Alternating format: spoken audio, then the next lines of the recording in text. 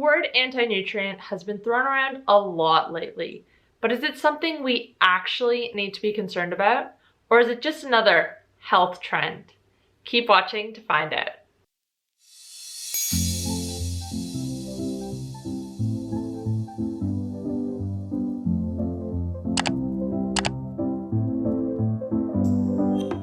Hey guys, welcome back to my channel. If you're new here, my name is Kate, I'm a health coach and I post videos on a high-fat, nutrient-dense way of eating. If you like this video, please give it a thumbs up, feel free to share, and make sure to subscribe. And also, make sure to check out my other social media accounts where I share new posts every single day. So what are anti-nutrients? Anti-nutrients are plant compounds that bind to minerals and stop their absorption, which can also cause autoimmune disturbances. Gluten is an example of an anti-nutrient which most people are familiar with even if they didn't know it was an anti-nutrient. It can cause damage to our intestinal walls, allowing food particles to go where they shouldn't be, which creates an autoimmune response. And this is just one example of an anti-nutrient causing autoimmunity. There are several other ways this can play out. In today's video, we are going to talk about the three main types of anti-nutrients: lectins, oxalates, and phytates. So why do anti-nutrients exist? You can think of anti-nutrients as a plant's defense mechanism. Plants do not want to be eaten, and this is their form of poison. Anti-nutrients originally evolved to fight off insect predators. For humans, it's more of a slow poison. You might not notice the symptoms immediately, and you might not drop dead, but they're still affecting you. If we could make the connection between these anti-nutrients, the foods they're in, and the symptoms, we wouldn't be eating them. But one of the problems is that we're eating just such a wide range of different foods that it's hard to pinpoint which one is causing which symptom. The other problem is we have normalized these symptoms. A lot of foods that are really high in anti-nutrients, such as spinach, we've been told they're really healthy. So we don't even question if they are causing negative health outcomes. First off, we're going to talk about lectins. Lectins are indigestible protein that travels through the gut unchanged. High quantities of lectins can damage the gut wall and cause food to leak through. The food isn't supposed to be there, so the body responds by becoming inflamed. Short-term inflammation is an appropriate response, but when we continue to eat foods high in lectins, our body doesn't have time to repair the damage and we become chronically inflamed.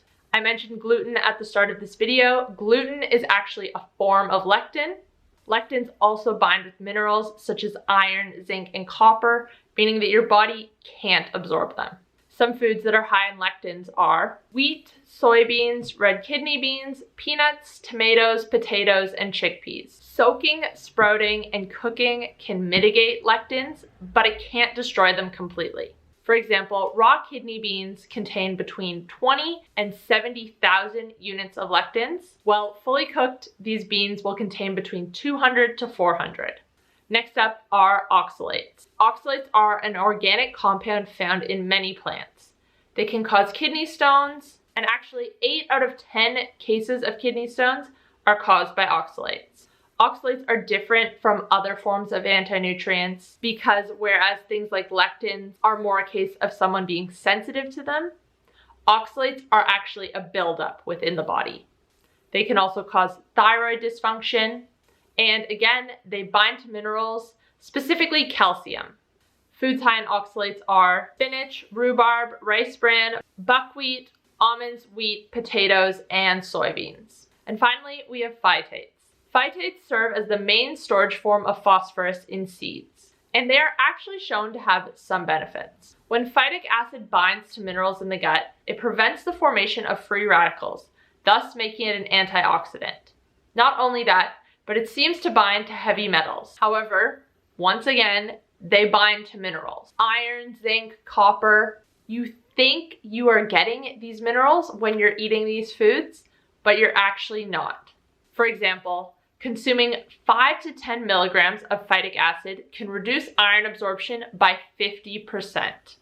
And one interesting thing that I found when I was researching this video is that ruminant animals, so that's things such as cows, sheep, goats, they possess a phytate-producing flora for digesting phytic acid.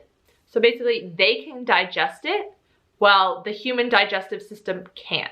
Foods high in phytates are almonds, beans, Brazil nuts, lentils, peanuts, wheat, and soybeans. So should we stop eating these foods altogether? It depends on how sensitive you are.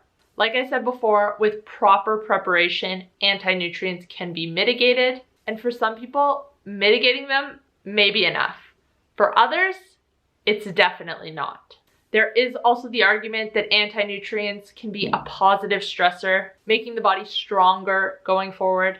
But let's look at something like almonds. If you're eating almonds day in and day out, you're going to be getting more than a generous dose of anti-nutrients every single day. And this goes beyond being a positive stressor.